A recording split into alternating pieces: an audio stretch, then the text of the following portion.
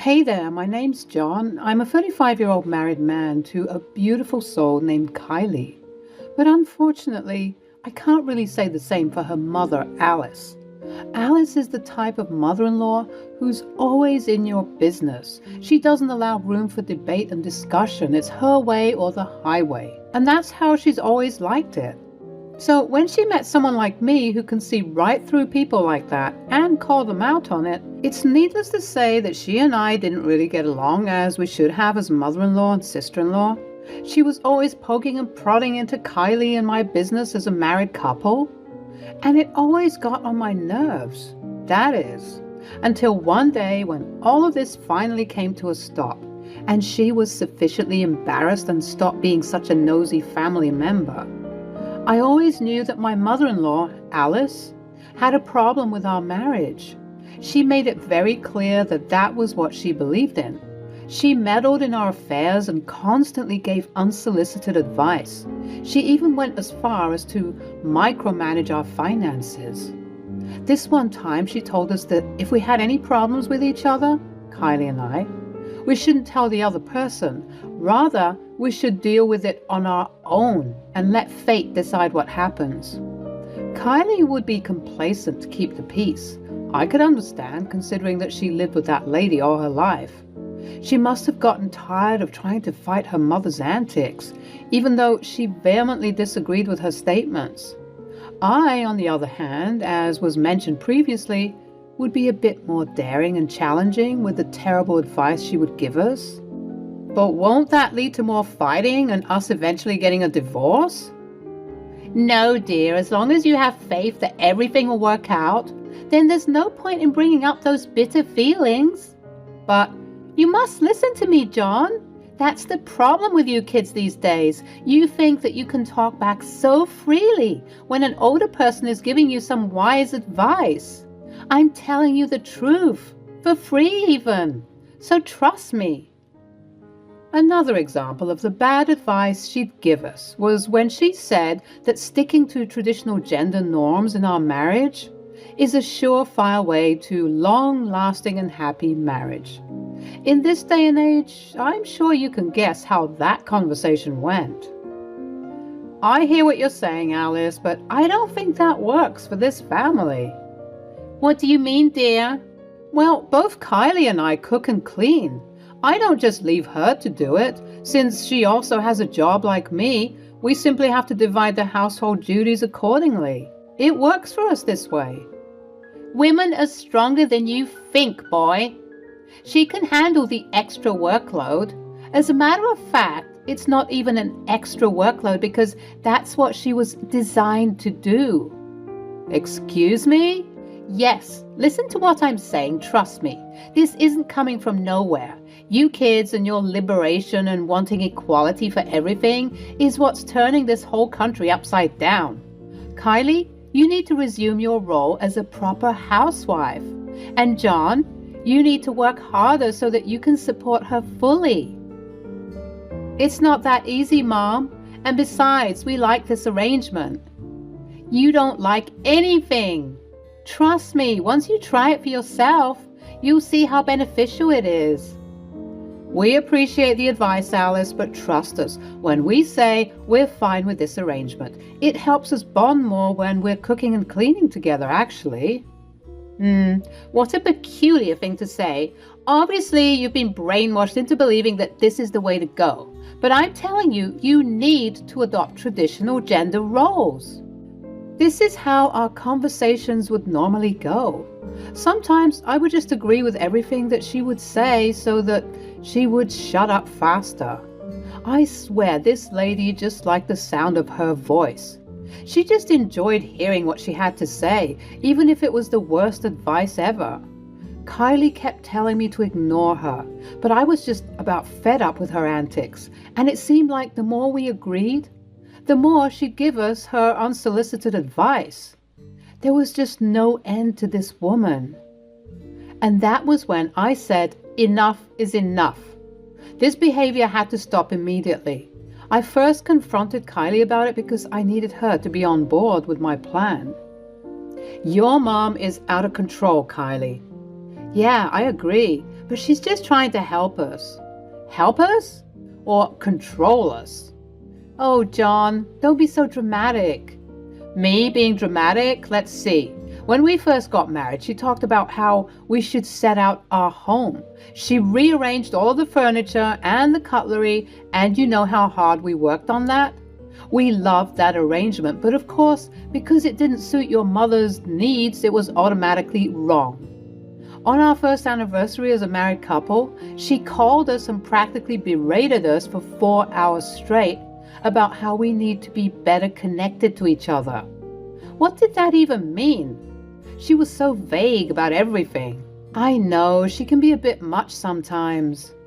That's not even including the endless amounts of times she shows up here, uninvited and unexpected, demanding that we do better as a married couple and follow in her footsteps. It would be better if she was giving solid advice, but her values are so outdated and they're even kind of harmful. I know that's your mom, but you have to agree with me when I say that this is getting out of control. You're right, babe, you're right. Okay, so what are we going to do about this? What did you have in mind? Just then, we heard the doorbell ring. I was praying and hoping with all my might that it wouldn't be her. But alas, those prayers unfortunately weren't answered. Hello, my beautiful son. Hey, come in, come in. How are you two doing? Did you try that new couples practice I was telling you about? Practice? Oh, you silly goose. The practice of detaching from your partner. I sent you the ebook all about it. You shouldn't forget about what I tell you. That's why your marriage is falling apart. But it isn't. Yeah, that's what they all say. Until it falls apart. That's why you have to listen to me. I give out the best marriage advice, you know. It's always great. Right. Anyways, what brings you to visit? Can't a loving mother just visit her kids? I just wanted to come. Perhaps we can make some tea and I can impart some more of my wisdom to you two. Oh boy, here we go again. This was a common trend with Alice. She just felt like she knew absolutely everything. I pulled Kylie to the side and I told her my plan. You're right, babe. What are you going to do? Don't worry about it. Why don't you invite her to stay for dinner? She was probably going to stay long enough anyways, and I'll be on the phone with a special guest, making arrangements for tonight. But Kylie? Yeah? Don't tell your mom about the extra guest. This needs to be a surprise for her. Aye, aye, Captain. Kylie proceeded to do the needful entertaining and distracting her mom from asking too many questions about my disappearance. I went to go and call a good friend of mine, Daria. Hey, John. Hope you're good. I'm good, Daria. Listen, I have a favor to ask you. Do you think you could come over tonight for dinner? Favor? I'd be more than happy to come over for a lovely meal. That's not a favor at all. Don't think this is all just for fun. I need your skills. Oh, has your mother-in-law finally pushed all of your buttons? You can say that, yeah. Didn't you say that this would happen in the upcoming weeks? I wasn't expecting this to happen so soon. Me neither, Dee. She just made one of her spontaneous visits, but this needs to stop. This ends tonight. So what do you say? You can count on me. I'll be there. Don't you worry. We'll put her in her place. Some hours went by, and it was time for dinner. We were all settling down at the dinner table with the succulent food steaming before our eyes, and even Alice couldn't appreciate all the work that Kylie and I did to prepare this.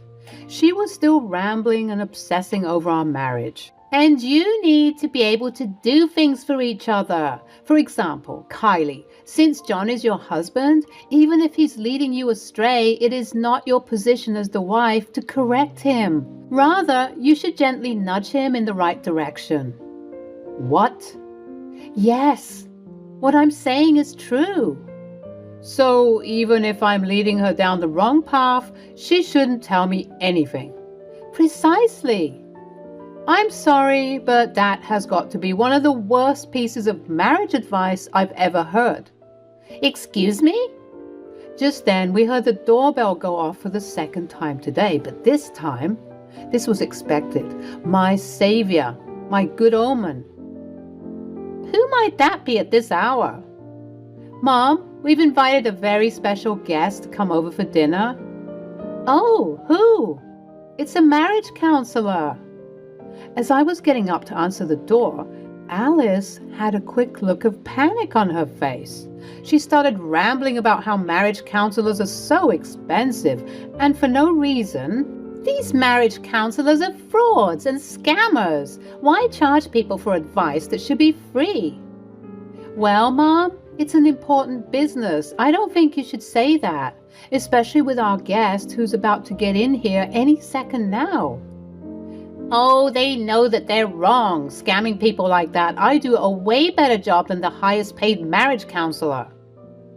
I simply couldn't wait for her to eat her words.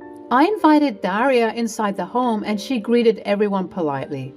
All was reciprocated except, of course, for Alice. She looked quite uneasy seeing this stranger here, and she made her confusion and apprehension well apparent. Who is this? I don't know you, dear. Hello, Mom.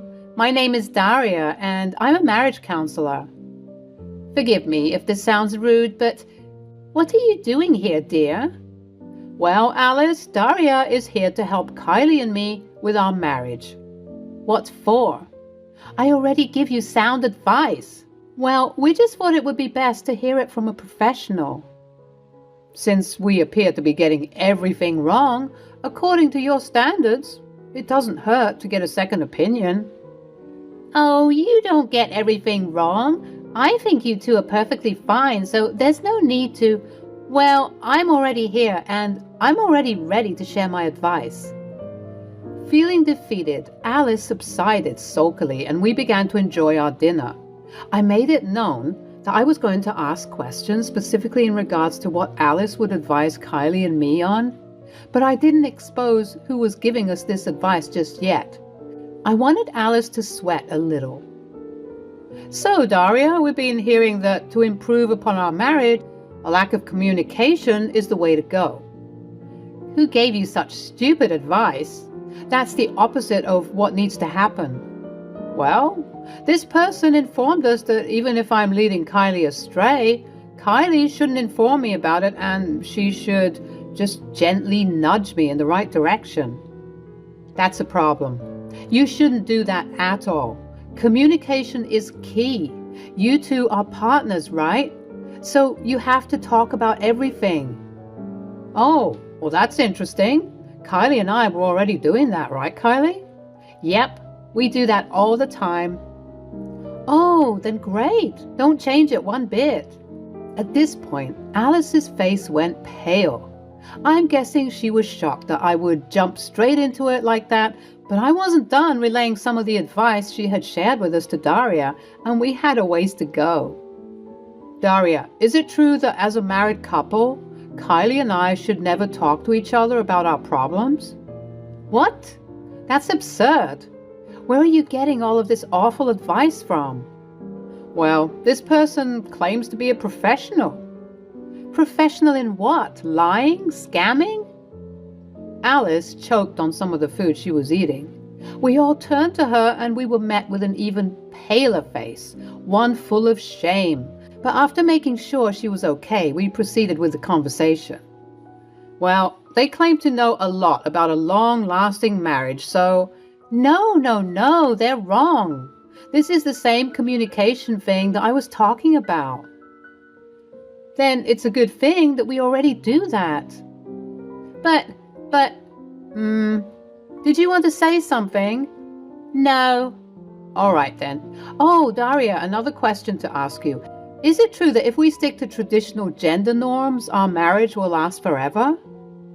Well, each couple is different, and so if the couple decides that they wish to do so and they're both respecting the boundaries they set up in regards to those traditional roles, then so be it.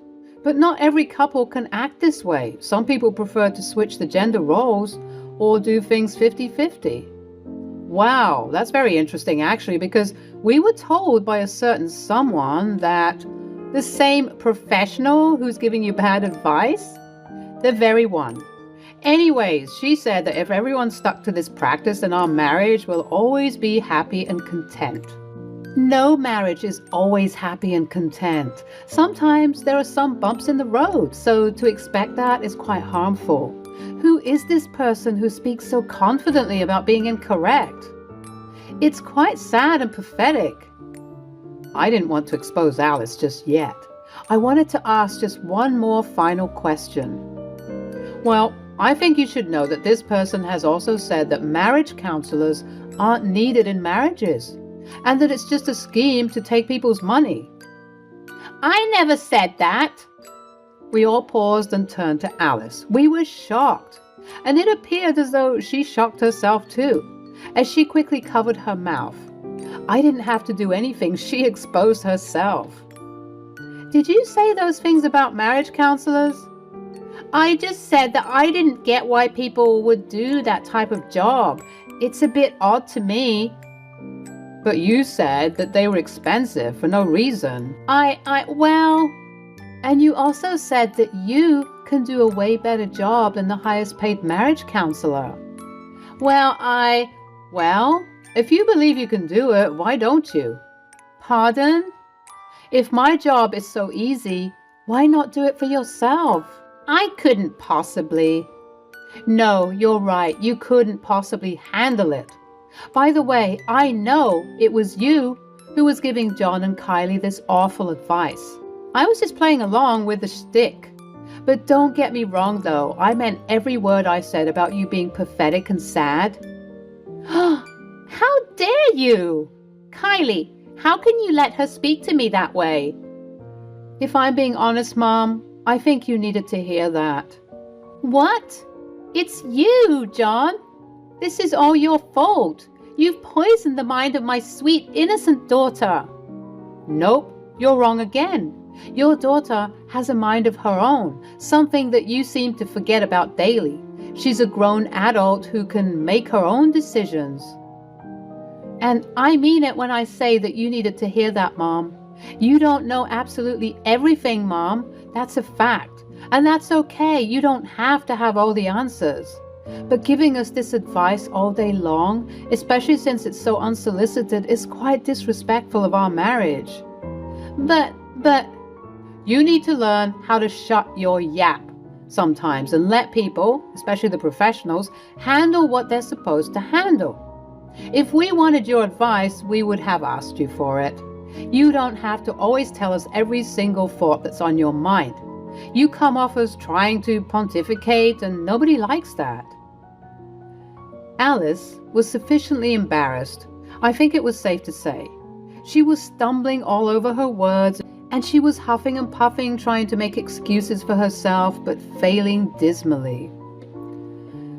Oftentimes, the people who have nothing going for themselves will be the ones pontificating and preaching about how other people should live. You can't keep dishing out terrible advice and ideologies towards people. It's simply not right. Perhaps you should check the way you speak to people as well as your level of self-love and worth, because it looks pretty low from where I'm sitting, ma'am. For once in my life, I saw Alice completely and utterly defeated. She had no more arguments, no more rebuttals. She was just pale and quiet. After a moment of awkward silence, she got up from the table and said, "Thank you for the dinner. I think it's time for me to go." Kylie and I tried to get her to stay, but she was adamant, claiming that her cats must be missing her, and so she had to check on them. We all obviously knew the truth, that she was too embarrassed to stay any longer, but we decided to let it slide and let her go. Do you think we were too harsh? Oh, please, with the years of unsolicited advice she would give us, I'd say we weren't harsh enough. Let her cool off. She's just mortified for now, but she'll come around and hopefully she'll change. It was a couple of days after that dinner debacle, and I received a call from none other than Alice herself. "Hello, my dear." "Hey, how are you?"